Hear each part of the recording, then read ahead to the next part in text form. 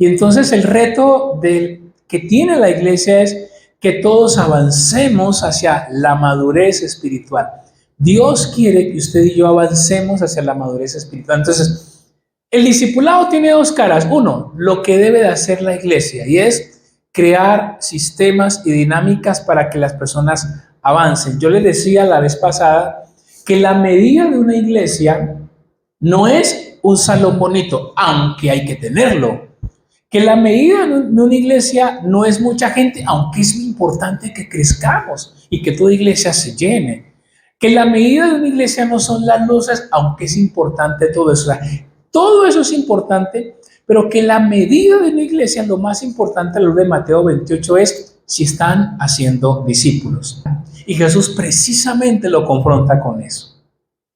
Entonces lo que Jesús le está diciendo es, ok, me quieres seguir. Lo que te quiero decir es que a veces no va a ser fácil.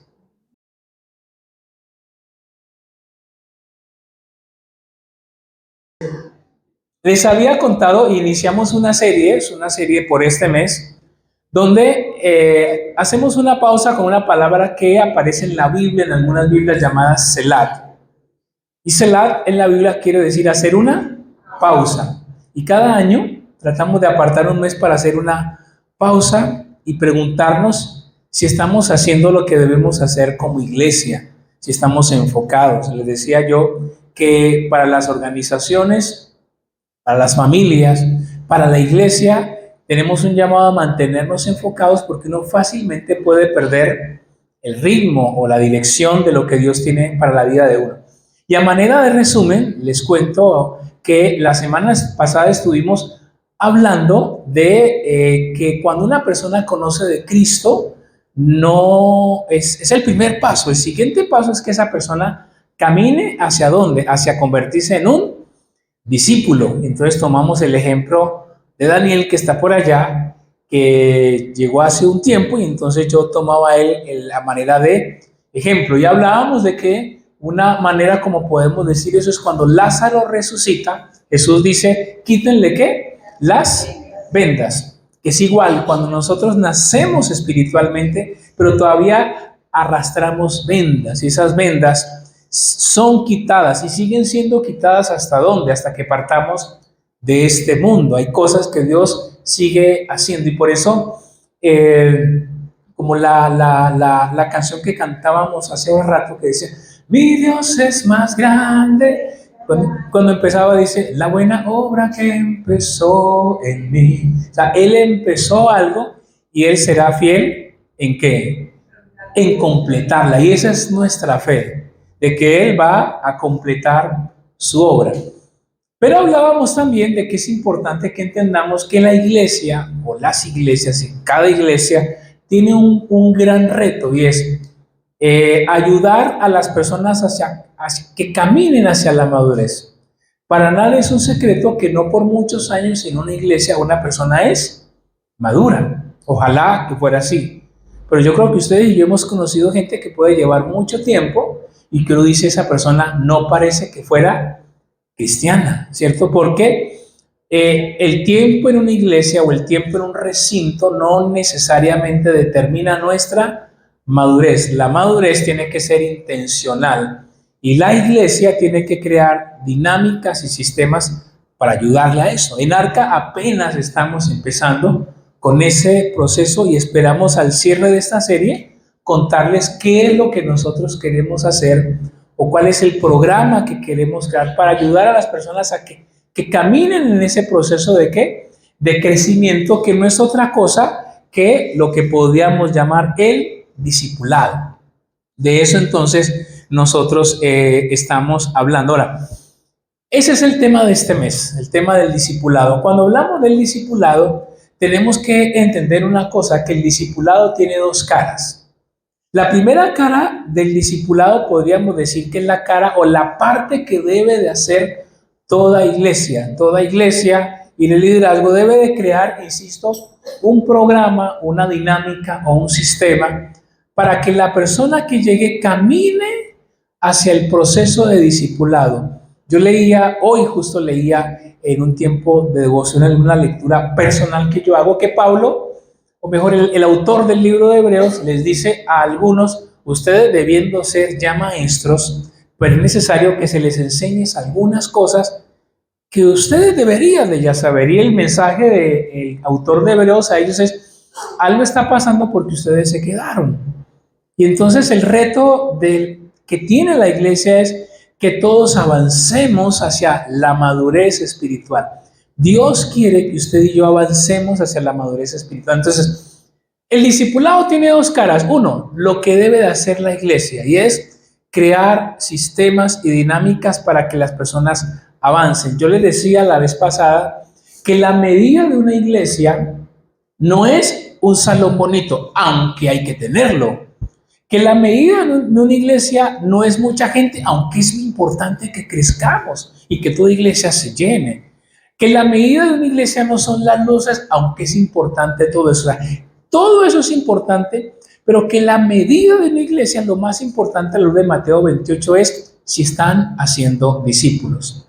Por eso alguien decía, alguna vez escuchaba a un pastor que decía, a veces estamos muy preocupados por llenar a la iglesia de las personas, pero no llenar a esas personas de Dios.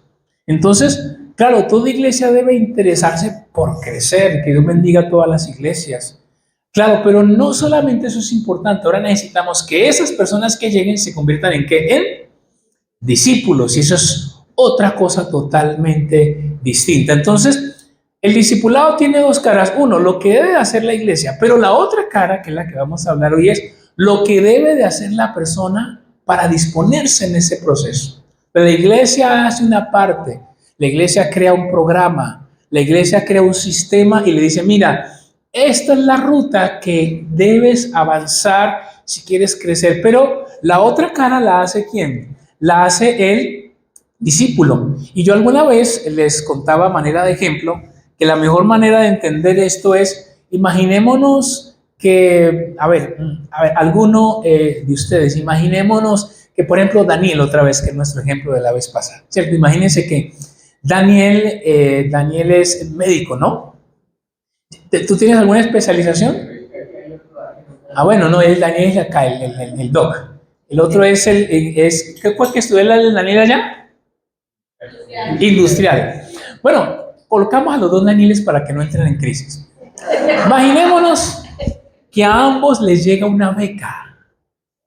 A Daniel el médico le llena la beca para ir a hacer la especialización de su vida. No sé en dónde le gustaría a Daniel, escoja un lugar, un país.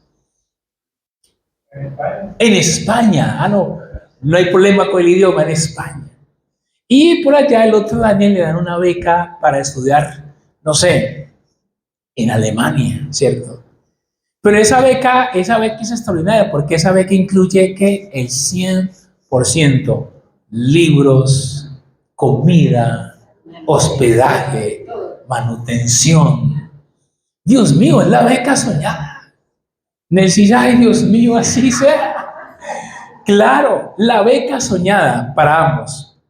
Y claro, les dan todo eso y mucho más, pero cuando ellos lleguen allá, hay algo que les van a pedir los que les dan la beca, pero uno, necesitamos un promedio. Entonces ellos tienen que tener un promedio. Dos, ellos tendrán que cumplir con un horario para ir a las clases. Ellos tendrán que tener cuidado de, por ejemplo, no es, ¡huepa! Y voy a beber porque estoy... No, tendrán que cuidar. Hay ciertas cosas que ellos tendrán que hacer un esfuerzo. Ellos tendrán que pagar un precio. O sea, es gratis, les dieron la beca gratis, pero ellos tendrán que pagar un precio. A Daniel, el industrial, mientras los amigos, uy hermano, hoy nos toca baile y rumba, y como él ya sabe, ya es experto, él va y le van a decir, no hay evaluación, entonces Daniel no podrá ir. Entonces, mientras sus amigos estén en hay cosas a las que él tendrá que renunciar si él quiere disfrutar de esa beca. Claro, cuando hablamos de la vida cristiana es eso, o sea, usted llega a la vida cristiana, pero hay cosas que usted tiene que pagar un precio. Claro, la salvación es gratis, la salvación es un regalo, pero usted tiene que pagar un precio. ¿Sí ves la cosa? Es gratis, pero se paga un precio. Es gratis, pero yo pago un precio de congregarme regularmente. Es gratis, pero yo pago un precio, priorizar a Dios. Es gratis, pero yo pago un precio, ir a la palabra de Dios todos los días. Es gratis, pero yo pago un precio, asumir un compromiso en la obra de Dios, servir con el talento que Dios me ha dado. No sé si me hago entender, ese es el ejemplo, ese es el proceso de discipulado. Ahora, cuando hablamos entonces de eso, estamos entendiendo que la meta entonces es ser discípulos, caminar hacia ser discípulo. Ahora, ¿qué se espera de un discípulo? Vamos a mirar algunos versículos de la Biblia acerca de lo que se espera de un discípulo y la idea es que cada uno de nosotros se confronte con ello. Mateo capítulo 8, del 18 al 22, dice así: viendo Jesús una multitud a su alrededor, dio orden de pasar al otro lado del mar. Y un escriba se acercó y le dijo: Maestro, te seguiré a donde quiera que vayas. Jesús le respondió: las zorras tienen madrigueras, las aves del cielo nidos, pero el Hijo del Hombre no tiene donde recostar la cabeza. Otro de los discípulos le dijo: Señor, permíteme que vaya primero y entierre a mi padre. Pero Jesús le contestó: ven tras mí y deja que los muertos entierren a sus muertos. Bueno, eso es uno de los textos fuertes cuando uno lo lee de esas palabras incómodas que dijo Jesús, pero que es importante poderlas compartir. Dos cosas, o mejor, hay algo muy importante que se espera del discípulo. Y del discípulo se espera algo que nosotros no podemos olvidar. Del discípulo se espera compromiso. Aquí aparecen dos tipos de discípulos en este escenario. Uno, diríamos, el emocionado, el entusiasta. Jesús dice: pasemos al otro lado. Y el que dice: Señor, ¿yo qué? Te seguiré, ¿qué? A donde quiera que vayas. Y Jesús, en su sabiduría, que conoce al ser humano, le dice: pero las zorras, ¿cierto? ¿Tienen qué? Tienen guaridas, ¿cierto? Y las aves de los cielos tienen, dice, y yo no tengo dónde recostar la cabeza. O sea, él dice: te seguiré a donde quiera que vayas. Él dice: qué bonito lo que quieres, pero te quiero decir que las zorras tienen madrigueras y las aves de los cielos tienen nidos. Yo, que soy el Hijo del Hombre, no tengo dónde recostar la cabeza. Al parecer, por lo que ese pasaje nos dice y por lo que nosotros sabemos, Jesús, a ver, no es que era pobre, pero pasaba de un sitio a otro. Estaba en movimiento constante. El personaje que le propone eso es un escriba. Algunos dicen que de alguna manera él estaba buscando algo que le diera, ¿qué? Seguridad. Y Jesús precisamente lo confronta con eso. Entonces lo que Jesús le está diciendo es: ok, me quieres seguir. Lo que te quiero decir es que a veces no va a ser fácil. Mire, y de esto a veces no se habla mucho, porque hoy en día a veces es más hablar de la fe, de la prosperidad, y eso está bien, porque hace parte de la palabra de Dios, pero pocas veces hace esto, ¿no? Y entonces Jesús le confronta y le dice: me quieres seguir, está bien, pero no va a ser fácil. Entonces, ¿qué se espera del discípulo? Del discípulo se espera un compromiso que yo también les tengo que decir, obvio, no va a ser fácil. Yo les decía que hace algunos días estaba viendo un conversatorio de pastores de varias iglesias, donde ellos al final contaban algo. Decían: mire, uno de los errores que viene pasando en la iglesia es que a algunas personas no se les enseñó qué hacer cuando venía un momento difícil. Entonces ellos hablaban eso, contaban ellos que en muchas de sus iglesias tenían personas, sobre todo cuando vino lo del COVID, y qué hacemos, y si alguien murió y es porque se lo llevó, y no entiendo, y pasaban cosas que decíamos: cometimos un error de no decirle a la gente: mire, la vida cristiana es extraordinaria, es de bendición, pero en algún momento van a pasar por momentos, ¿qué? Por momentos difíciles, por circunstancias difíciles. Y entonces, claro, no es fácil, porque uno se confronta con la fe. A lo largo de los años yo también me he confrontado con momentos donde uno dice: pero si Dios es esto, ¿por qué pasa esto? Y el mensaje Dios o Jesús mejor para este hombre es, ¿me quieres seguir? Ok, pero lo que te quiero decir es que eventualmente esto no va a ser fácil. Y luego viene otro que le dice, yo te voy a seguir, pero suelta la famosa frase, pero deja primero que entierra a mis padres. Y aquí tenemos que recordar algo que a veces cuando uno lee literalmente uno suena como que Jesús le dijo abandone a sus padres y no es así. Leía yo que un hombre llamado Adam Smith, que es experto en todo lo que es las costumbres de los pueblos judíos y los árabes, cuenta él que alguna vez yendo por esos lugares le pidió a un árabe que fuera su guía porque él necesitaba llegar a un lugar. Y ese árabe le dijo, yo tengo que primero enterrar a mi papá. El tema fue que él miró y el papá estaba ahí al lado de él. El papá era ya un hombre de edad, pero estaba ahí al lado. Entonces él entendió lo que este texto quiere decir.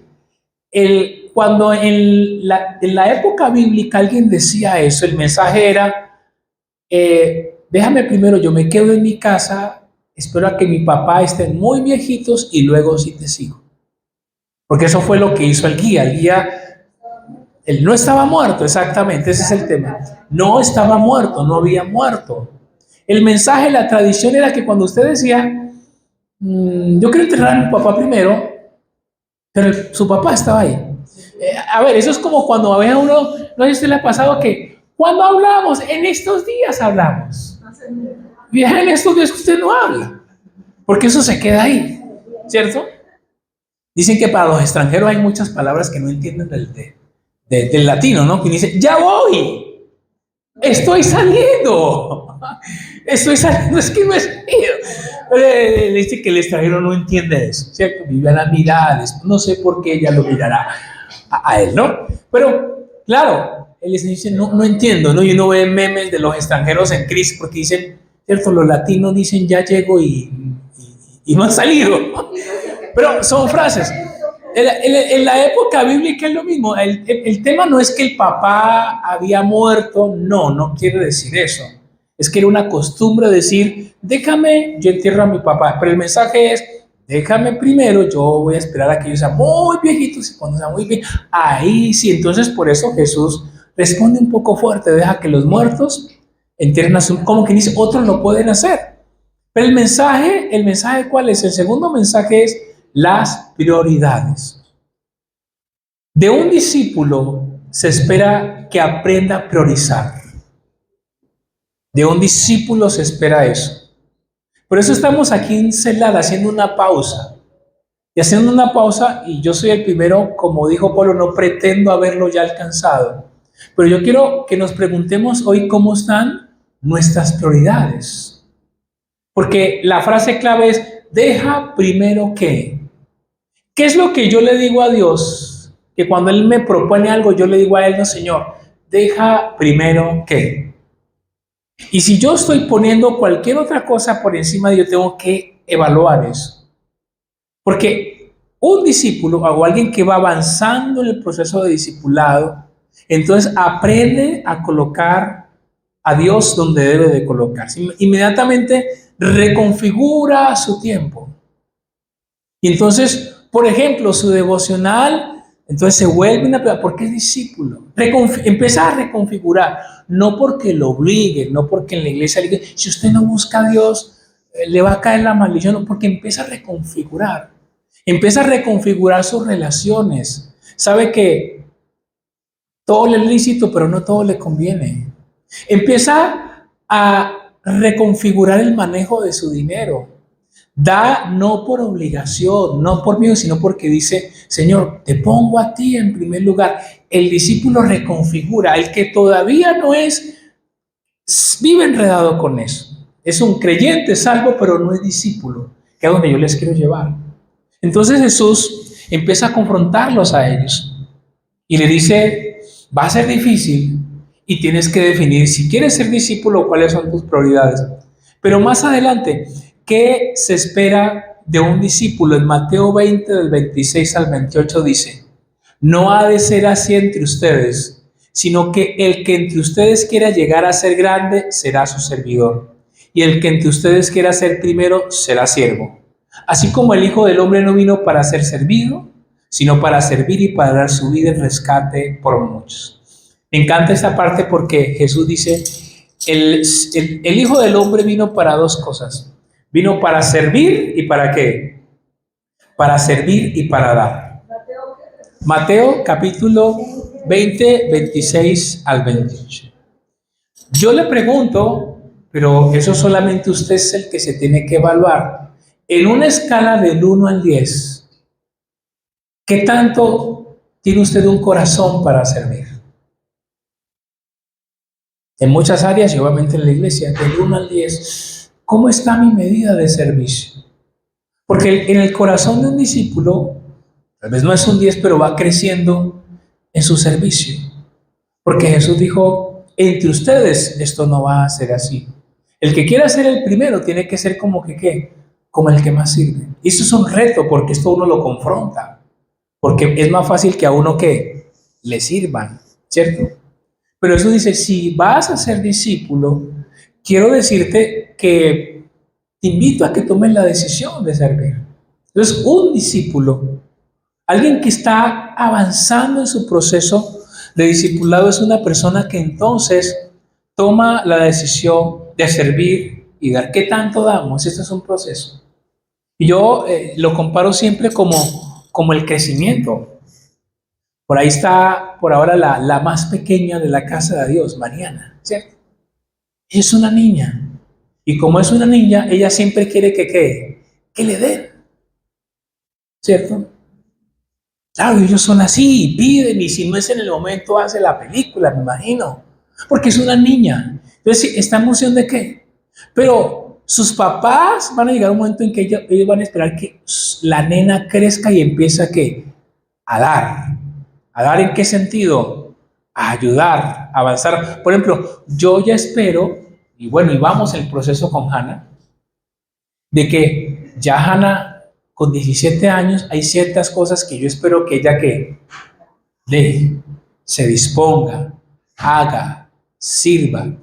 De niña, listo, en función de ella. Pero cuando van creciendo, uno ya espera que hay ciertas cosas que haga. Ya hay ciertas cosas que uno dice, levantar algo de detención como tomó, no sé, la casa y tomó los platos o lavó la loza y empezó a involucrarse con cosas que va avanzando y uno dice, está madurando. Parte de la madurez es que usted pasa de solamente pedir, también usted a dar. Y eso trasladémoslo a la vida espiritual. Un creyente que es nuevo, claro, inicialmente pide y le pide a Dios y claro, llega a la iglesia y se le da, claro, pero llega un momento en que se espera que si esa persona está creciendo, es normal que ahora empiece también a ¿qué? A dar, porque es normal en el proceso de madurez. Y entonces en la madurez uno se va olvidando de uno un poco y uno también ayuda a los demás. Vamos avanzando de cuál es o cómo se espera que sea un discípulo. En Hechos, en Juan capítulo 13, 34, dice Juan 13, 34, o mejor, perdón, Mateo 12, 50.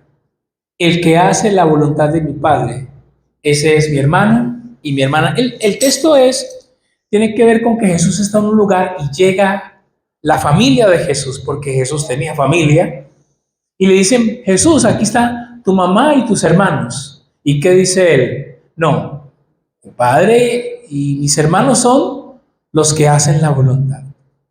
La tercera, digamos, característica de cómo luce un discípulo es alguien que busca siempre hacer la voluntad de Dios. Una pregunta clave de un discípulo es, en todo lo que hace, siempre se pregunta, ¿esto se alinea con la voluntad de Dios o no? Esa es una señal inequívoca de alguien que está creciendo como creyente. Siempre se pregunta, ¿esto se alinea con la voluntad de Dios o no? Yo recuerdo que alguna vez alguien me contó, quiero montar una licorera, me dijo, que la licorera da plata, la quiero montar. Yo lo quedé mirando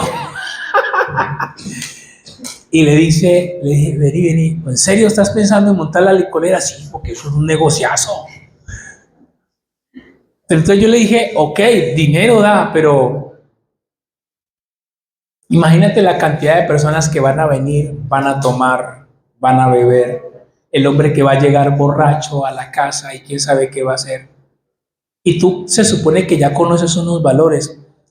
¿Crees que ese negocio es bueno?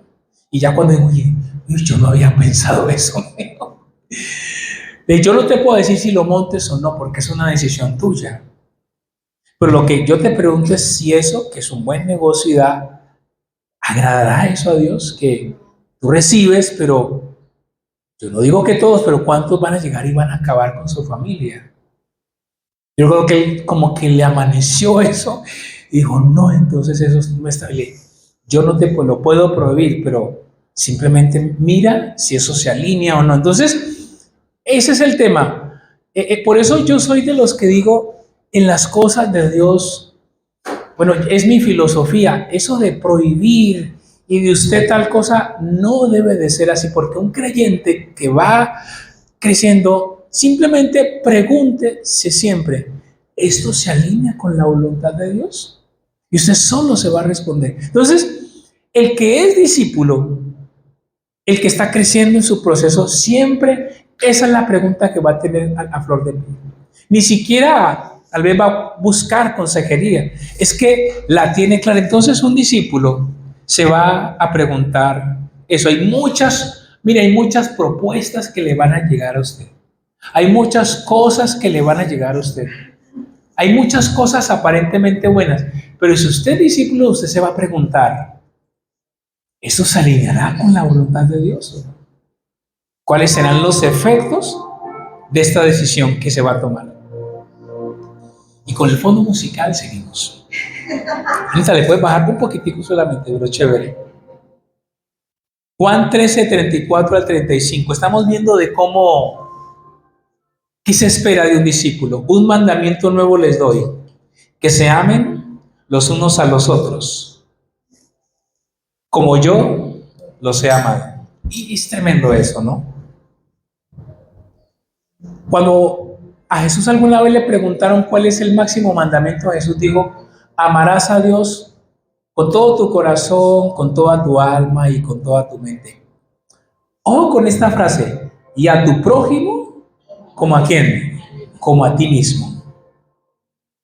Pero ahora Jesús va más allá. Ojo con esto, mire, eso es un juego de palabras muy sutil, pero es clave entenderlo. A tu prójimo como a ti mismo. Pero ahora aquí Jesús dice, ámense, pero ¿cómo? Como yo los he amado. Es otro nivel. Si ve la cosa, sí, sí, claro. Porque digamos aquí con cara, bueno, y lo amo como amarás a Dios con todo su corazón y a tu prójimo como a ti. Él es mi prójimo, entonces como a mí mismo. No, entonces si yo medio me amo, entonces que él también yo lo amo más o menos. Porque como es como a mí mismo, pero ahora se van a amar, pero ya no es como a mí mismo. Ahora es como que, como yo los amé. Ese se dice que es el otro nivel del cristianismo. Una cosa es amarme como a mí mismo, pero si yo estoy bien llevado y mal, pues obviamente voy a hacer daño. Pero eso dice no, yo les digo que se amen, pero ya no como ustedes, sino como yo los amé. ¿Y cómo Jesús amó? Incondicional, con todo. Es otro nivel, ese es otro nivel de amor. Entonces, el que es discípulo ya no ama como a sí mismo, ese es el primer nivel. Ahora ama, pero ¿cómo? Como Cristo amó. Y por eso uno tiene que arrodillarse y decir, Señor, yo no sé amar como tú amas. Porque uno como ama, a veces interesadamente, a veces de manera egoísta, no cara, si me haces el favor, te llevo bien, si no, hermano, nada. Pero con Jesús no es así. Con Jesús es otro nivel de amor. Porque Él me amó aunque yo no lo amaba a Él. ¿Sí ve la cosa como es? Jesús me amó aunque yo pecaba. Él me amó, es otro nivel de amor. Pero el discípulo que va avanzando en eso, Entonces dice, ok, ya no es como a mí mismo, ahora tengo que crecer en amar como Jesús me amó. Entonces ahí es donde uno aprende a perdonar, aunque a veces uno no quiere, porque Él me perdonó. Ahí aprende uno cosas que no son fáciles y uno le pide la ayuda, Señor, enséñame a amar, pero ya no como a mí mismo, sino como tú amaste. Y ese es un proceso. Entonces, el que va avanzando en ese proceso se va dando un proceso de transformación.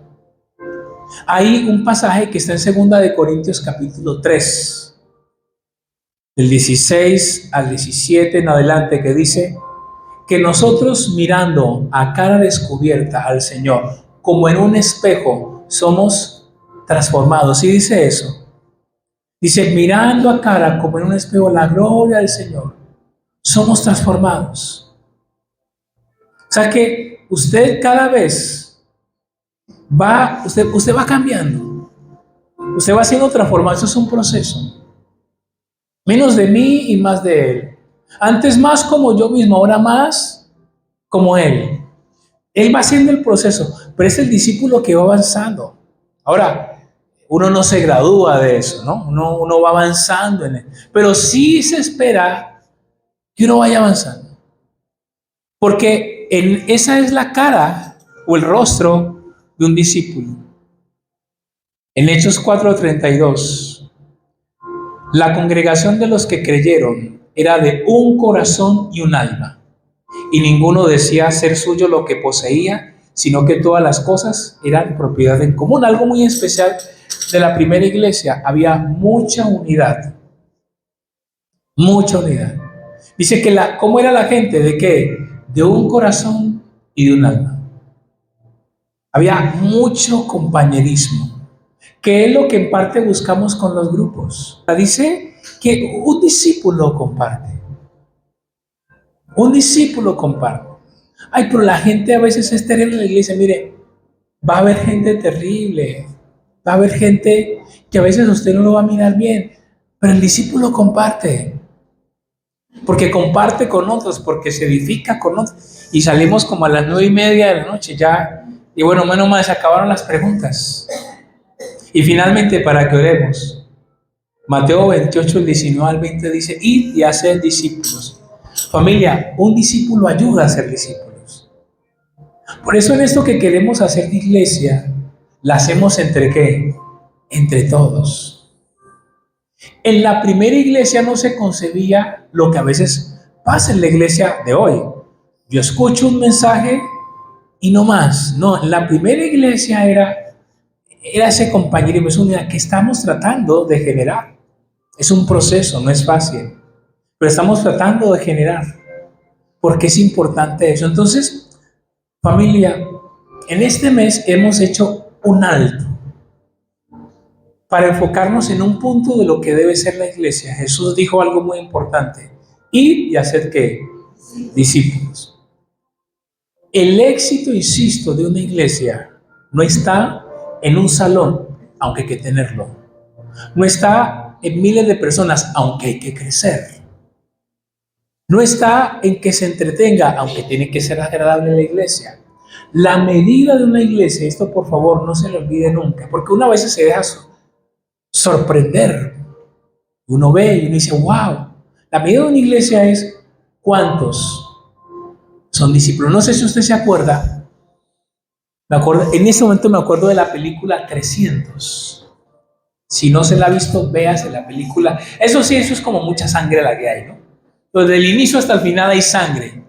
Pero hay un momento donde es una batalla en Grecia, el tema de las Termópilas, la batalla de las Termópilas, y los griegos van a enfrentar a su enemigo. Y entonces los soldados que han sido entrenados en Grecia, que es donde se cree que viene el fisicoculturismo y toda la cosa, ellos deciden ir 300 a enfrentar a un imperio, al imperio de los asirios. Eso tiene que ver un poco con la historia bíblica, cuando Asiria toma el poder. Y ellos los van a enfrentar, entonces en el camino van otros a ayudarlos. Y otros que lo llegan a ayudar se dicen, pero ustedes solamente son 300. ¿Ustedes creen que lo van a poder vencer? Y entonces el que va con ellos, el jefe, le pregunta a esos que los vienen a confrontar, le dice, ustedes no creen que podemos. Entonces dice, ¿usted qué hace? Dice, yo soy un carpintero. ¿Y usted qué hace? No, yo soy un herrador. ¿Y usted qué hace? Luego le pregunta a su ejército, soldados, ¿ustedes quiénes son? Y dicen, ¡oh! ¡Oh! ¡Oh! Otros se quedan ahí. Ahí dice, son 300. ¿Pero qué 300? Mire, familia, Dios a veces en la iglesia empieza a filtrar. ¿Se acuerda cuando Gedeón iba con 30,000 y con cuántos quedó? Quedó con 300, no es casualidad. Mire, estamos en tiempos donde yo creo que la iglesia va a ser filtrada. Digo a la iglesia en general. Abro un paréntesis, lo que pasó en Estados Unidos no es casualidad por el tema de la iglesia y de lo que ganó este personaje. Pero estamos en un tiempo donde se requiere discípulos, pero ¿de qué? De verdad, verdad. Porque lo que se viene va a ser ¿qué? Fuerte. Y se requiere gente que esté firme. Mire, ¿anhelamos crecer como iglesia? Claro que sí. Pero yo prefiero que en este momento Dios defina, Dios concrete, para que entonces podamos levantar una iglesia donde veamos su gloria y su poder.